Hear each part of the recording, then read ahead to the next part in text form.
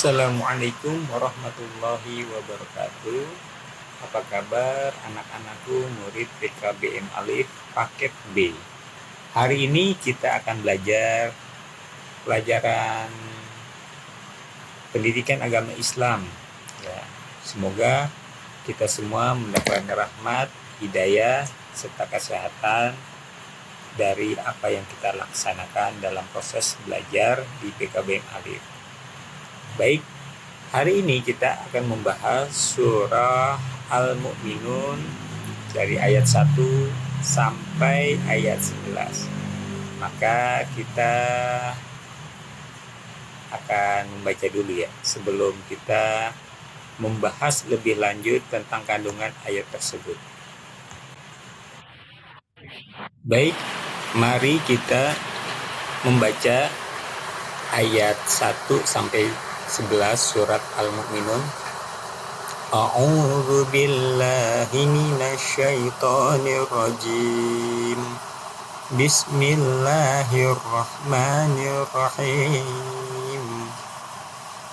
Qad aflahal mu'minun alladzina hum fi salatihim khashi'un walladzina hum 'anil lagwi mu'ridun walladzina hum lizzakati fa'ilun walladzina hum lifurujihim hafizun illa 'ala azwajihim aw ma malakat aymanuhum fa innahum ghairu malumin faman ibtagha wara'a dzalika faulaika humul 'adun walladzina hum li amanatihim wa 'ahdihim ra'un walladzina hum 'ala shalawatihim yuhafizun ulaika humul warithun alladzina yarithunal firdausa hum fiha khalidun. Jadi itu ayat 1 sampai 11 surah Al-Mu'minun. Nah, bagaimana kandungan yang ada di dalamnya dan apa yang harus kita pahami dari kandungan nilai-nilai yang ada di dalam surat Al-Mu'minun ayat 1 sampai 11 tersebut. Yang pertama, akan diberi keberuntungan bagi orang-orang mukmin. Qad aflahal mu'minun. Yang pertama apa? Yaitu alladzina hum fi sholatihim khashi'un. Jadi orang-orang mukmin itu akan diberi keuntungan, yaitu keuntungan orang yang khusyuk di dalam sholatnya. Seperti apa sih khusyuk itu? Definisi yang disampaikan oleh ulama bahwa sholat itu adalah aqwalun wa af'alun muftatahatun bitakbiri wa muhtatamatun bitaslimi ma'an niyati bisyaraiti mahsusah. Jadi arti dari sholat adalah ucapan-ucapan dan perbuatan-perbuatan tertentu yang diawali dengan takbir atau takbiratul ihram dan diakhiri dengan salam, disertai dengan niat dan syarat-syarat yang khusus. Nah, jadi kita dalam melaksanakan sholat harus berniat, ya. Jadi niat itu penting dalam setiap perbuatan. Nah, niat itu bagaimana niat? Kalau sholat maghrib, usolli faradul maghribi thalatha raka'atin mustaqbilal kiblati adaan lillahi ta'ala. Jadi seperti itu ya. Jadi niat. Dan kemudian syarat-syarat khususnya apa saja? Jadi kalau syarat sholat adalah harus suci dari hadas kecil maupun hadas besar, maka wudhu menjadi syarat sahnya sholat. Karena kalau kita batal di dalam sholat, maka harus wudhu kembali. Baik, kita lanjutkan untuk poin-poin selanjutnya. Tapi bukan itu saja, karena sholat itu aqwal wa af'al, ya, lafaz, ya, perkataan dan perbuatan yang diawali dengan takbir dan diakhiri dengan salam, maka kita harus paham tuh setiap lafaz yang kita bunyikan, yang tiap lafaz yang kita katakan dalam sholat itu kita mesti paham sehingga kita memahami makna sholat itu. Contoh, i'tidal. Bagaimana bunyi i'tidal? Sami'allahu liman hamidah. Apa artinya? Allah melihat siapa saja yang bertahmid atau mensucikan Allah. Ya. Bagaimana doanya? Robbana lakal hamd. Ya. Wahai Allah, engkaulah yang memiliki kemuliaan. Mil'us samawati, sepenuh langit samawat. Wa mil'ul ardi, dan sepenuh bumi. Wa mil'u ma syi'ta min syai'im ba'du. Dan yang antara keduanya, antara langit dan bumi. Jadi itu. Jadi setiap lafaz salat yang kita sampaikan, kita ucapkan, kita harus memahami. Jadi kita benar-benar salat itu menjadi khusyuk, ya.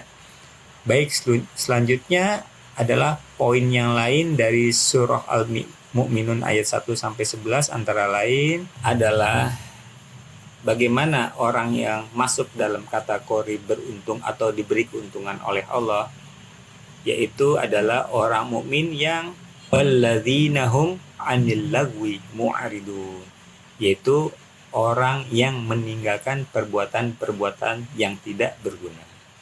Ya. Jadi yang pertama adalah orang yang khusyuk di dalam sholatnya. Dan kita apa dari definisi khusyuk? Kita harus mengerti segala lafaz yang kita bunyikan, yang kita suarakan di dalam sholat, sehingga kita mampu mendapatkan hikmah serta petunjuk apa saja yang apa saja yang harus dan wajib kita lakukan dalam kehidupan bermasyarakat secara luas. Kemudian orang yang meninggalkan perbuatan yang tidak berguna. Contoh, nih anak-anak ya, main game online sampai malam, sampai begadang, itu adalah hal-hal yang tidak berguna.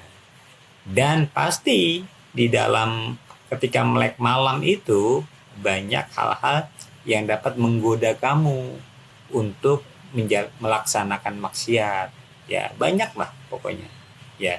Di samping itu melek malam, ya, hal-hal yang tidak berguna, bukan dalam rangka mengerjakan tugas, nanti kamu ketika sekolah alasan, saya tidurnya menjelang subuh Pak, saya tidurnya menjelang subuh Bu, sehingga wajar kalau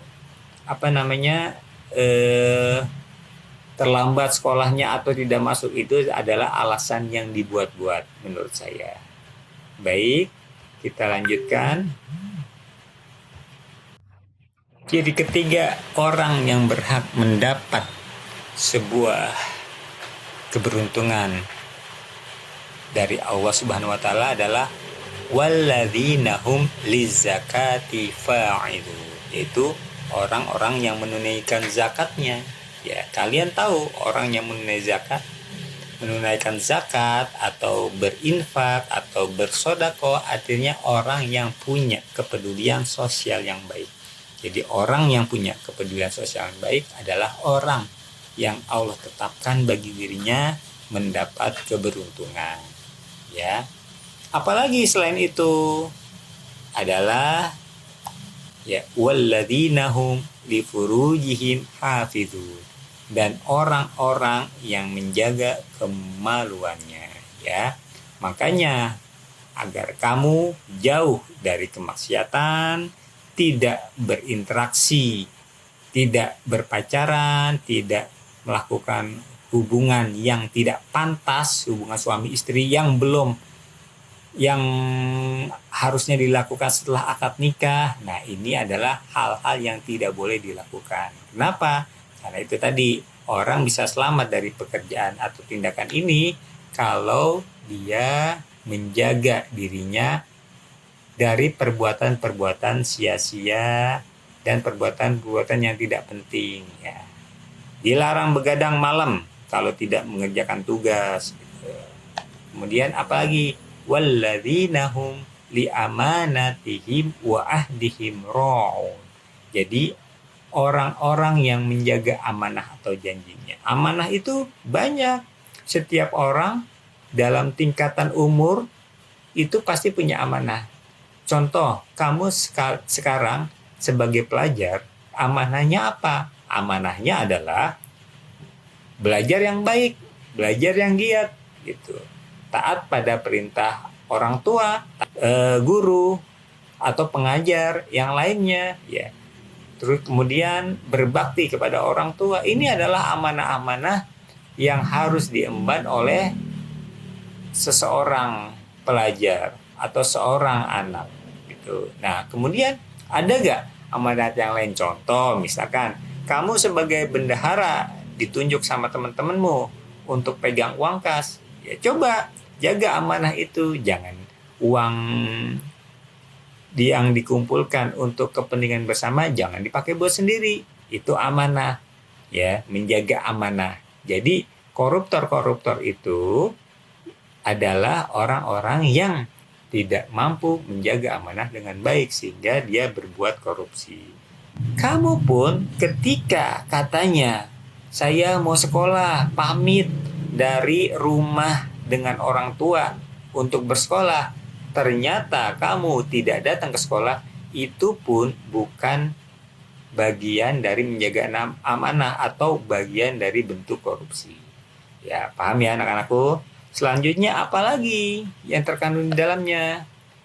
Ada nih, walladzina hum ala sholawatihim yuhafidzu. Jadi adalah orang yang menjaga sholatnya. Kalau tadi khusyuk di dalam sholatnya, kemudian disiplin. Nah, di sini adalah satu budi baik yang harus kita jaga di dalam diri kita, yaitu disiplin. Kalau tadi di dalam sholat khusyuk adalah sholat kita mengerti setiap lafaz yang kita katakan sehingga berpengaruh positif terhadap kehidupan kita, ya. Nah, kalau di dalam ayat 9 surat Al-Mu'minun ini adalah walladzina hum ala sholawatihim, bagaimana kita disiplin menjaga waktu sholat agar sholat kita tidak ada yang bolong, ya. Sholat subuh ya dimulai dari jam 5 sampai jam setengah 6 selesai. Sholat zuhur antara jam 12 sampai jam setengah 1 gitu. Sholat asar antara jam 3 seperempat sampai jam 4, pokoknya terus. Maghrib begitu juga, jam 6 sampai jam 6.30. Isya dari jam 7.30 sampai jam 8. Itu disiplin. Nah, inilah salah satu orang yang akan diangkat kedudukannya oleh Allah, diberi kemuliaan dan keberuntungan, yaitu adalah orang yang berdisiplin. Nah, itu adalah 6 poin yang menjadikan kita diberi keberuntungan oleh Allah, diberi sebuah prestasi yang baik dari Allah karena menjaga 6. Apa 6? Apa saja 6 pesan yang tertera di dalam surat Al-Mu'minun ayat 1 sampai 11 agar kita mendapat keberuntungan, yaitu 1 adalah seorang yang khusyuk di dalam sholatnya. Yang kedua, menjauhkan diri dari hal yang tidak berguna. Yang ketiga, berderma, berzakat, berinfak, bersedekah sebagai wujud kepedulian sosial. Kenapa? Karena man yarham man fil ardi yarhamhum man fis sama. Kalau kita memuliakan orang yang ada di bumi, maka penduduk langit, Allah dan beserta malaikat akan juga memberi kemuliaan kepada kita. Yang keempat, tidak berpikiran dan berbuat kotor. Nah, ya, ingat. Nah, jadi kita harus menjauhkan hal-hal yang tidak berguna, karena hal-hal yang tidak berguna itu akan mengarahkan kita, mengajak kita untuk berpikiran dan berbuat kotor serta berkata-kata kotor. Ya. Yang kelima adalah menjaga amanah dalam tugas dan pekerjaan. Ya, tidak boleh korupsi, baik korupsi uang maupun korupsi waktu. Dan yang keenam, disiplin di dalam pekerjaan. Baik anak-anakku, itulah 6 hal yang ada, yang terkandung di dalam surah Al-Mu'minun ayat 1 sampai 11. Ingat, ya, belajar yang giat, ya. Ini 6 hal ini diingat, ini akan diujikan nanti ketika kamu melaksanakan ujian PAI. Baik, saya rasa cukup sampai sini. Hadanallah wa iyyakum ajmain. Semoga kalian mendapat pelajaran dan pelajaran itu dapat diaplikasikan secara baik di dalam kehidupan kamu sehari-hari. Wabillahi taufiq wal hidayah wa ridha wal inayah. Assalamualaikum warahmatullahi wabarakatuh.